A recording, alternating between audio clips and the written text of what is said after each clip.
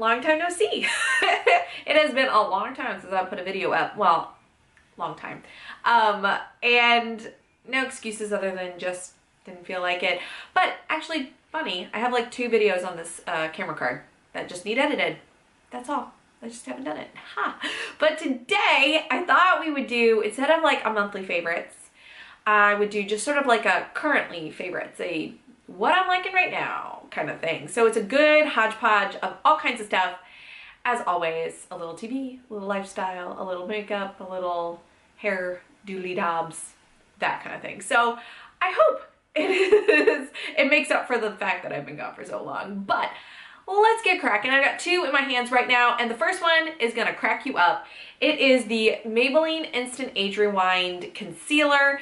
And if you have been around long enough, you would have maybe seen a couple videos where I talked about how much I actually didn't like this. I think I said a couple times that it was like, I don't get it. What's the hype all about? It did nothing for my under eyes, and that is still true. But this one is the Brightener. They have 3 different kinds. They have a concealer, they have a brightener, and then they have like a corrector. I don't remember which one I tried. I might have tried both the concealer and the corrector. I don't remember, but I did not try the brightener.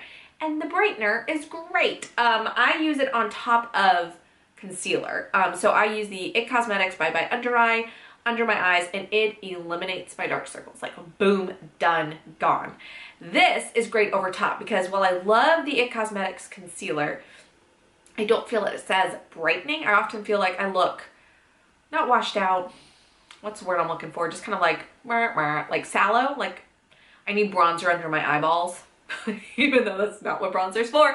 So I found doing a brightener on top is great. It's just a way to elevate, and the way this dries down is like powdery. I don't know. Like it goes on nice and smooth and creamy and lovely, and it's thin without being too thin, and like it does something with little goes a long way with it. But when it's dry, it feels powdery to the touch. I don't know. It is great. Brightener was the way to go with this particular product. I wish I had figured that out back in the day. The other favorite that I've been loving right now, and I've got this on right now, it is from Neutrogena. It's their Moisture Smooth Color Stick like tinted lip balms, chubby thingamajiggies. This particular one is Bright Berry, and this one I love. I have another one that's like a nude peach tone, and I don't like the color, but the formula of these are great. They are moisturizing, provides a nice color. The color doesn't wear off patchy, which sometimes tinted lip balms, when you put them on, they like kind of spot away. But this like leaves a nice little tint that slowly fades away without looking horrible. So I like that. It's kind of like, oh, apply it once, don't worry about it until you need more lip balm. So I like the combo of this, that it's like a lip balm meets some color. And I like this particular color too. Berry tones often suit me, so I hope it suits me anyway. That's always the wish when you claim that you like something and that you think it looks good on you. You just hope that everybody else agrees. But this is a great formula. So, and they have tons of different colors. So check these out. And I really like them. A final other like beauty type thing. This is an oldie, but a goodie. I have been sort of trying other dry shampoos lately, just out of curiosity more than anything. I don't know. I feel like there's so many options. If you don't try, you might not discover like one that is amazing for your hair. But this is the Dove, and this is the volumizing one. This is the Dove Refresh and Care Volume and Fullness Dry Shampoo. I have always loved this. But the one caveat was that it left a bit of a like chalky white cast on my dark hair, which to be honest, this is amazing for sucking up like oil and really truly working as a dry shampoo. So I didn't care that much, because if it was working and making me look like I had just washed my hair even though I hadn't, then I didn't really care that much. And it was easy to kind of rub away, but you know, it wasn't like a spray and go.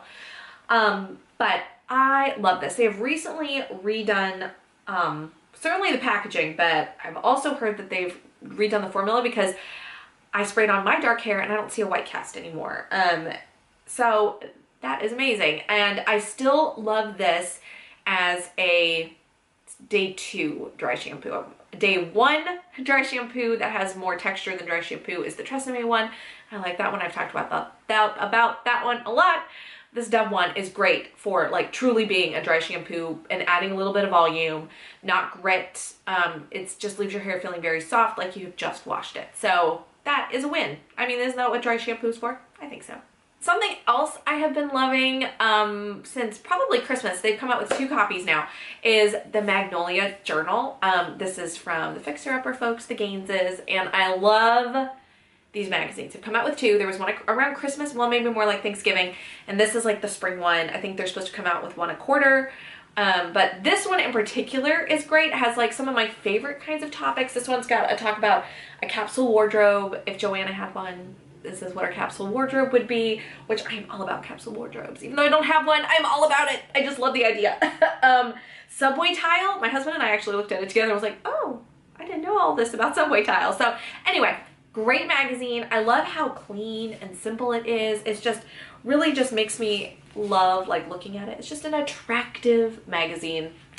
And I don't really read magazines. I just look at the pictures. So if a magazine is basically all pictures, then sold. And this one is just beautiful pictures. I just want to steal the ideas and like take my own pictures so that they look like them. But these are awesome. Try to find them somewhere, wherever it is. And this one is like the best issue so far of the 2. Speaking of reading, this has also been a current favorite these days, and it is my Kindle, what are these called? Kindle something something something. This one, it has a particular name. I don't know what it's called. It's not a tablet. It's not that. It is the old style Kindle.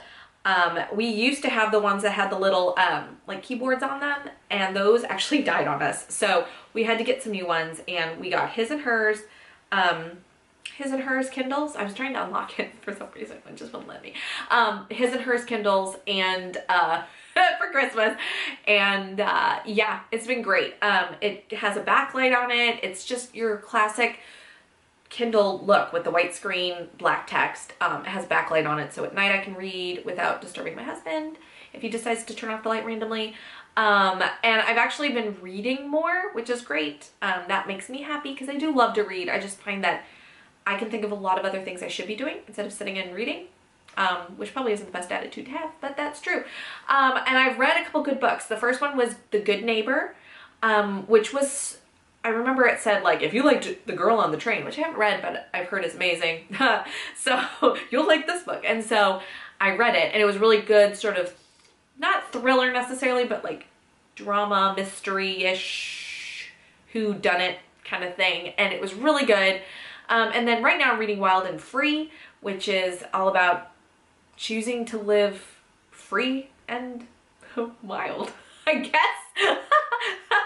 But it's really good. It's one of those sort of classic, I don't want to call them self-help books, but encouragement books. And I like to balance every once in a while with the novel with the sort of helpful buck up buttercup kind of book. And I like to have that balance. But Kindles, I can't complain. I think they're worth the money. I really do. If you could see my floor around me, you would see Easter eggs and plastic bugs. I have a 3-year-old that likes to hide these things. I keep finding bugs everywhere. Opening up a drawer. In fact, there was a plastic bug hiding in the drawer where I keep the camera. Scared the bejesus out of me. It surely did. Surely did, as my 3-year-old would say. It surely did. Chalk this one up to like the best score ever at Target. Yes, I love Target, and I feel like finding good deals these days at Target, like they exist. I'm not a digger, so finding a good deal at Target sometimes for me is hard to do, but these came at the perfect timing. These are flat, kind of pointy-toed animal print shoes. They're the Merona brand. Yeah, they are. They're a Merona brand. These came perfect timing because I found these in my size for $7 the day after a similar pair of shoes that I have from Target, but more of a rounded toe. They were looking shabby to begin with, but I ended up wearing them the night before I found these to an event, and we had to walk in the rain for quite a ways, and so they ended up getting so waterlogged that they didn't dry out after, like, overnight. They were still sopping wet. They had sucked up every ounce of water they could in all the puddles. So I was like, these need to be tossed. I tossed them, went to Target an hour later, and found these. They were just meant to be a part of my life. And I'm not a huge animal print fan, But when it comes to casual shoes, then I'm all about animal print. I will never go out and buy an animal print coat, bag, shirt, high-heeled shoes. No, But flats from Target, sure, I'll do that. They replaced a pair that I just destroyed. Can you ask for anything better from a Target shopping trip? I don't think so. Changing gears, you know I like planners. I, confession, buy a planner all the time, even if I am liking the one I'm using currently, just because I like to try planners, and there's nothing better than like a fresh planner to fill out. I don't know. Like, it's like fresh sheets. I love a fresh planner. But lately I have felt like I've been spread thin in like my planner-ness. Like, I had the planner, I was using my phone, I had a to-do list notebook, blah, blah, blah. So I'm tempted to go back to the whole bullet journal concept. But in the meantime, I was running out, finished up my Moleskine Volant notebook, which are like the Moleskine, like thin, cardboard covered notebooks that I love having for just list making and planning and all of that. And I went on to Amazon to pick up more, but ended up finding this one. This is from North Books. It's actually thicker than the Moleskine Volant, same kind of cardboard cover. It's got graph paper on the inside and, or no, this isn't graph paper, it's dot grid, which I like better than the grid paper in the Moleskine Volant. But it's just it's an easy little notebook. It's $10 for this. Like I said, it has more pages than the Moleskine one that I had, and these are great. And so I've been at first just using it as my list making brainstorm notebook because my other one ran out, but now I've been sort of transitioning back into using it as like the bullet journal again, which I'm really happy about, and that just makes my day. So I've been experimenting a little with that, deciding if that's yay or nay for me, but I've been loving this. And to go with it is this little pen. This pen is from Uniball. It is the Signo brand, and it's a 0.28 tip on it. And so if you are a fine tip pen person, then this one is awesome. It is definitely like oh, if you're a pen person, you'll know what I mean. Instead of like the gel pen that's fairly smooth and almost like watery slippery on a paper, this one is like so fine and a ballpoint that it kind of scratches in a good way. It's like, oh, it's such a satisfying sound and feel on a paper for me. I bought this in a 4-pack from Amazon, and it came with a black, 2 different blues, and a red. But I'm just a black pen fan when it comes to like list making and whatnot. So I really like these. I might actually pick up some more in just black, because they're just that delightful. And the two of these together is like, oh, it's my favorite kind of a Saturday night, a planning session with a great pen and a notebook. It just sounds so delightful. On a planning session theme, some podcasts that I've been loving. I was joking around with my parents who were visiting this weekend. We were joking around, and I said that I love reading blog posts and listening to podcasts on productivity, but that doesn't make me productive because I spend all my time listening and reading instead of actually being productive. That's a problem. But I have 2 podcasts right now on productivity that I am loving. And the first one is the Productivity Show from the blog Asian Efficiency. Their podcasts are really good. They're almost like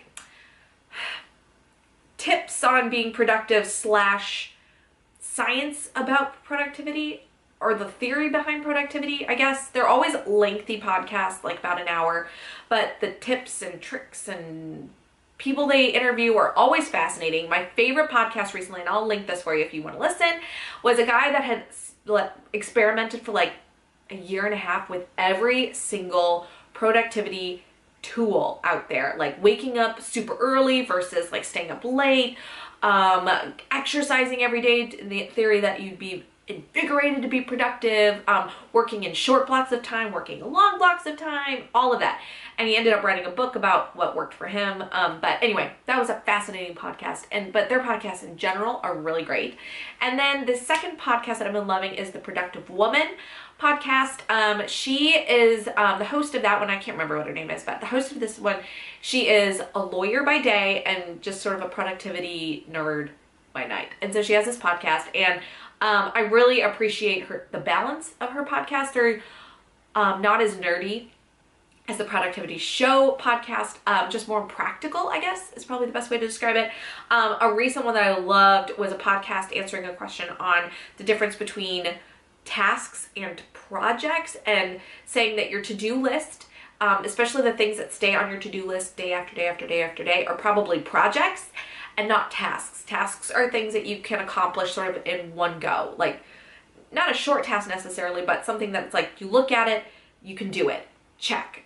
For example, like if I had on my to-do list or task list, film a video. Well, it's more than just film the video, right? I have to gather the stuff to film the video. I have to set up the camera. I have to make sure my camera is charged. I have to, you know, da da da da da da da da.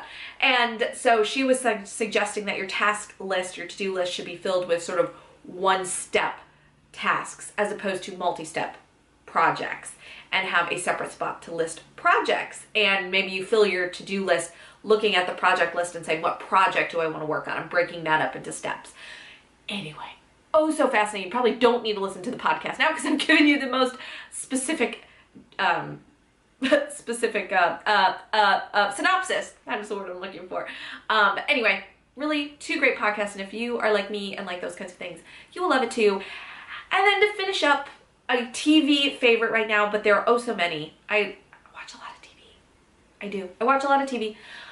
But right now, my husband and I are watching the show Vikings, which we're watching on Amazon. We just started season 2. Season 1 was really good. But I believe they're on History Channel, I think. But we watch it on Amazon, so you don't have to have the History Channel in any way.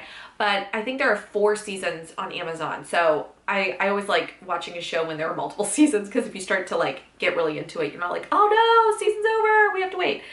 So 4 seasons on there, and Vikings is like, I don't know, exactly as you would imagine a show about Vikings, raiding and pillaging. It's sort of Game of Thrones, but without all the like the mystical crazy stuff of like dragons and whatnot. It's not super, it's violent, but it's not like, if you've seen Game of Thrones, you know, like if they're gonna chop someone's head off, they're gonna show you chopping someone's head off. Whereas Vikings might be like just a subtle, like just the illusion of it. Like, you know, they're gonna chop it off, but they might put a camera on somebody else's face that goes like, ooh, like that. Anyway, bottom line is, it is not super graphic, is probably the better word. But anyway, it is a good show. Don't show people's heads getting chopped off. Yes. So that's it for what I'm currently loving. As you can tell by the length of the video, I've been loving a lot of things lately, but that's because I haven't been updating as often. So yeah, that's just the way life goes. Let me know what you've been loving lately. Leave a comment down below and let me know what you would like to see more of, because I feel like I'm doing the same videos over and over, which is partly why I'm not filming as often. It feels like I'm kind of like a broken record these days. So if there's something that you would love to see more of, let me know down in the comments below, and that probably will give me the inspiration and motivation to crank more videos out. Thanks so much for watching, and I'll see you next time. Bye!